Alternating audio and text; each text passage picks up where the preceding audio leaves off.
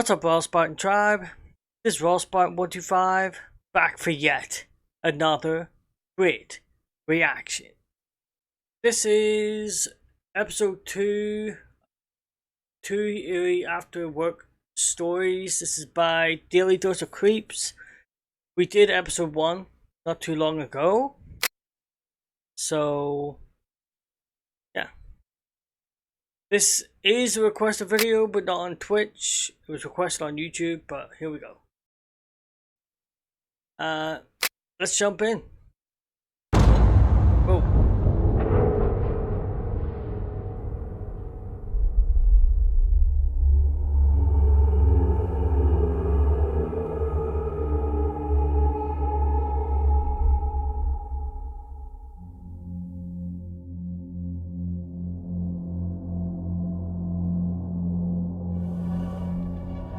This is Daily Dose of Creeps. Welcome to episode 2. 2 Eerie After Work Stories.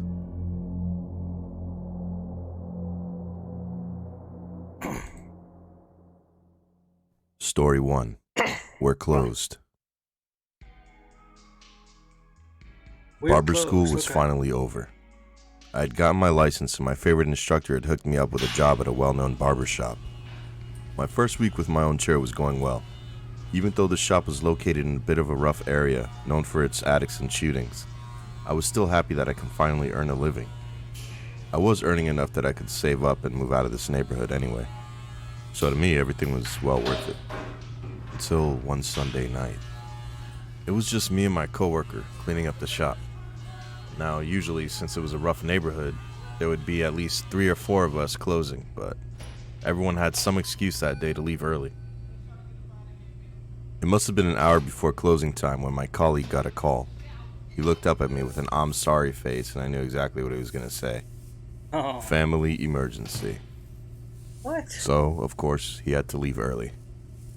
He was supposed to be my ride home, but now I'd have to walk my own butt home in this crazy neighborhood at night by my own dang self. Oh, and by the way, this was before Uber. So he left and I was alone. It was already almost pitch black outside, and I was counting down the minutes until I could leave. I hated being out here on my own. After making sure the back door was fully locked so I could set the alarm, the bell above the front door jingled, and I hear someone walk inside. Just great. In my head, I was like, are you serious, bro? How could I forget to lock the front door? This dude was shirtless, had tats all over his face, gold teeth, and smelled like meth. He told me he needed a haircut and dropped himself heavily into the chair at my boss's station, staring at me expectantly in the mirror's reflection. At first, I was at a loss for words. He was exactly the sort of guy you try to avoid around here. I was still new and didn't know how best to deal with this situation, so I was kind of thinking on the fly. All I said was, hey bro, I don't know why the front door was unlocked, but we closed. If you want, we can set an appointment for tomorrow, though. He just stared at me in the reflection for a little bit. I'm already sitting down, though, he says. I told him as firmly as I could that we were closed for the night and that he'd have to come back tomorrow or another day. He just kept staring at me, his lips slowly creeping up into a smile, revealing his cheap grills. So you're not gonna cut my hair? I just stared back at him and said no. Still smiling, he says, okay. Without breaking eye contact, he gets up very slowly and says again, okay. He slowly walked out, looking back at me over and over again with that menacing grin. There was definitely a lot of tension in the air. After that odd experience, I finished locking up, I set the alarm, then I started walking home. It was fully dark. You just know that this is the guy that's gonna give him trouble. You know what I mean?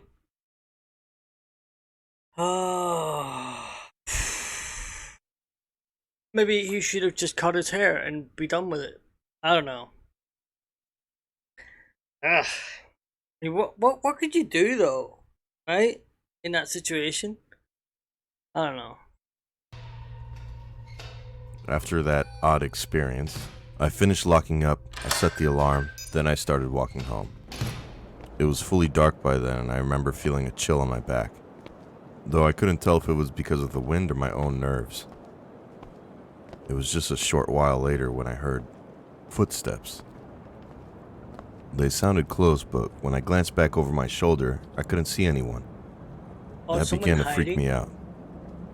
I started walking faster, and then, sure enough, the footsteps sped up too, clopping heavily against the pavement. No. Someone was following me. I was still a few blocks away from my apartment, and I was starting to panic. Then, all of a sudden, they stopped. I couldn't hear the footsteps anymore, and the chill on my back abated a little.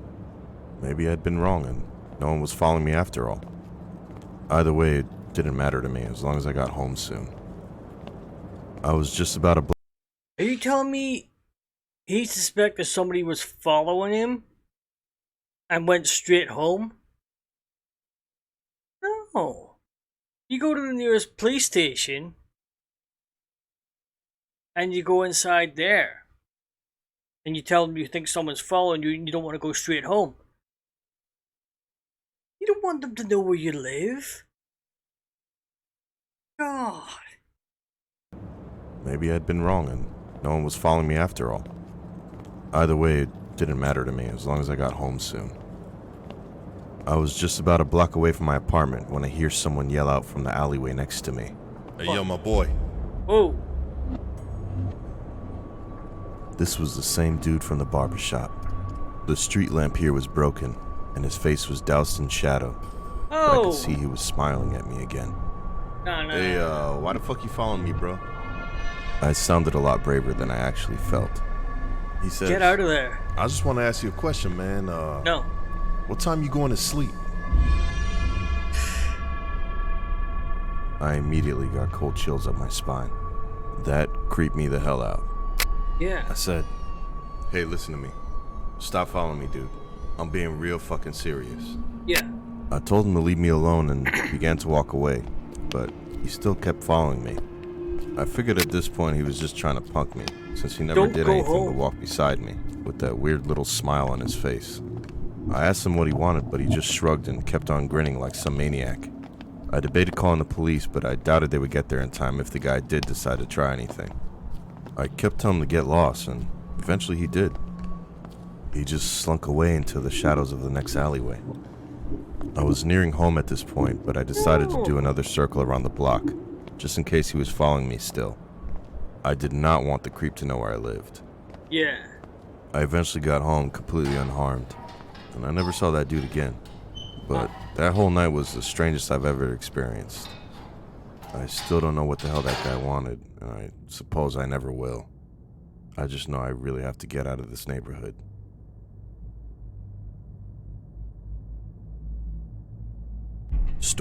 See that last video at the end of the dark tunnel? What is it about dark tunnels at night? I mean, tunnels are sketchy enough. You know what? You know, foot tunnels like ones you walk in. They're sketchy enough during the day, but at night I don't know. They just take on a whole new meaning for me. You know.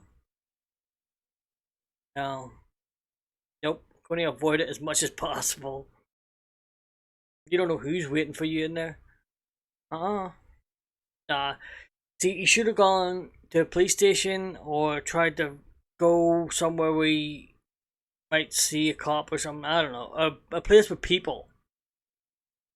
You know what I mean? Just throw the guy off. He was very, very lucky. Let's just say that. That's creepy as hell. It's not that. You know what I mean? It makes you feel more vulnerable because this person could potentially find out where you live. Story 2. The Lemegeton.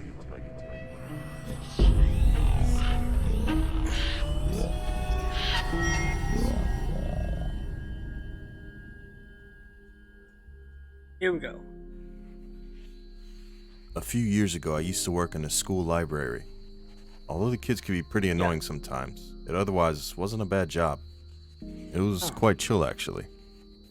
I remember I had to stay late one night to finish up some admin work and to tidy away the books that had been left out.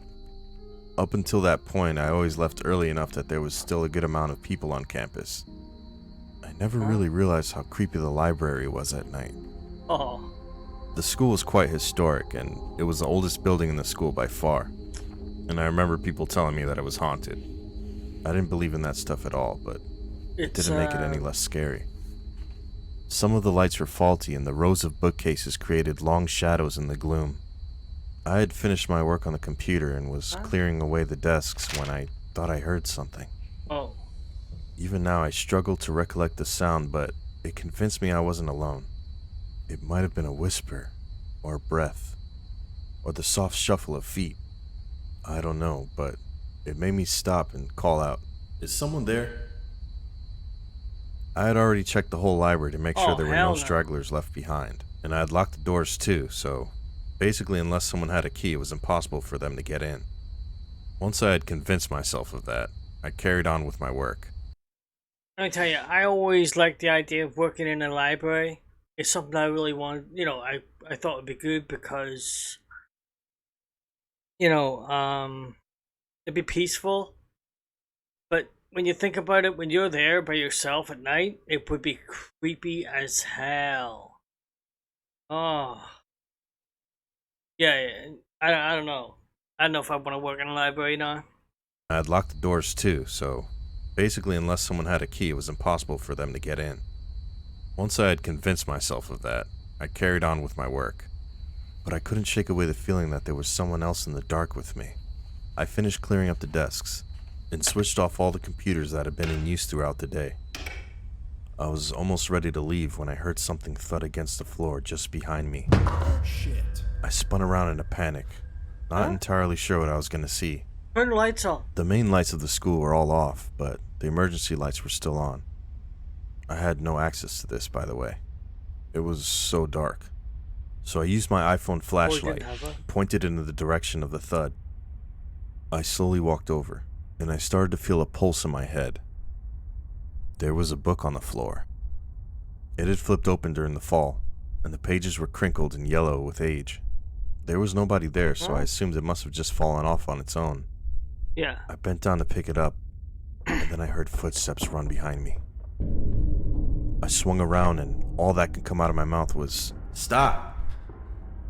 My stomach was in my throat at that point. I was hesitant to point my flashlight any higher than the floor immediately in front of me.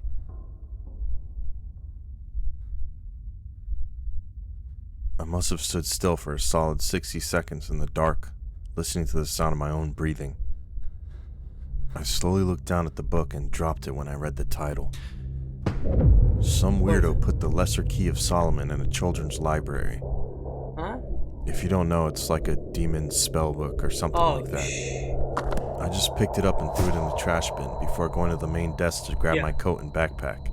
That's when I noticed one of the computers was still on. To this day, I am 1,000,000% sure that I had turned off every computer.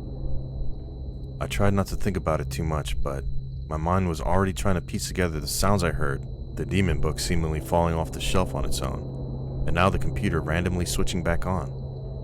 I knew I'd get in trouble if I didn't turn off the computer. Yeah. So I quickly went over to shut it down. Then, from the darkness of the back of the library, I heard what I can only describe as the growl of a monster. As soon as I had my coat and backpack, I switched off the desk lights and practically ran out of there. I shut the door and I was about to lock the doors behind me. I heard scratches behind the door. I dropped my keys as I fumbled to lock it. Then I bolted over to the security desk. Of course, no one was there.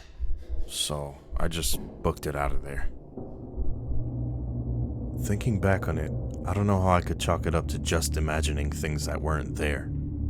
I saw that book, I heard the running, and I heard the scratching. I heard and felt that growl. I can't make sense of it, and I still lose sleep whenever I think about it. Thank you, I suppose. It was without a doubt the most eerie and horrifying event of my entire life. Scared the crap out of me. Okay, that is the end of the video. And if you liked this reaction and the video, don't forget to go to Daily Dose of Creeps. You might want to subscribe, and leave maybe a nice comment if you liked the video. And yeah, support them because you do some great work. Until next time, I am out of here.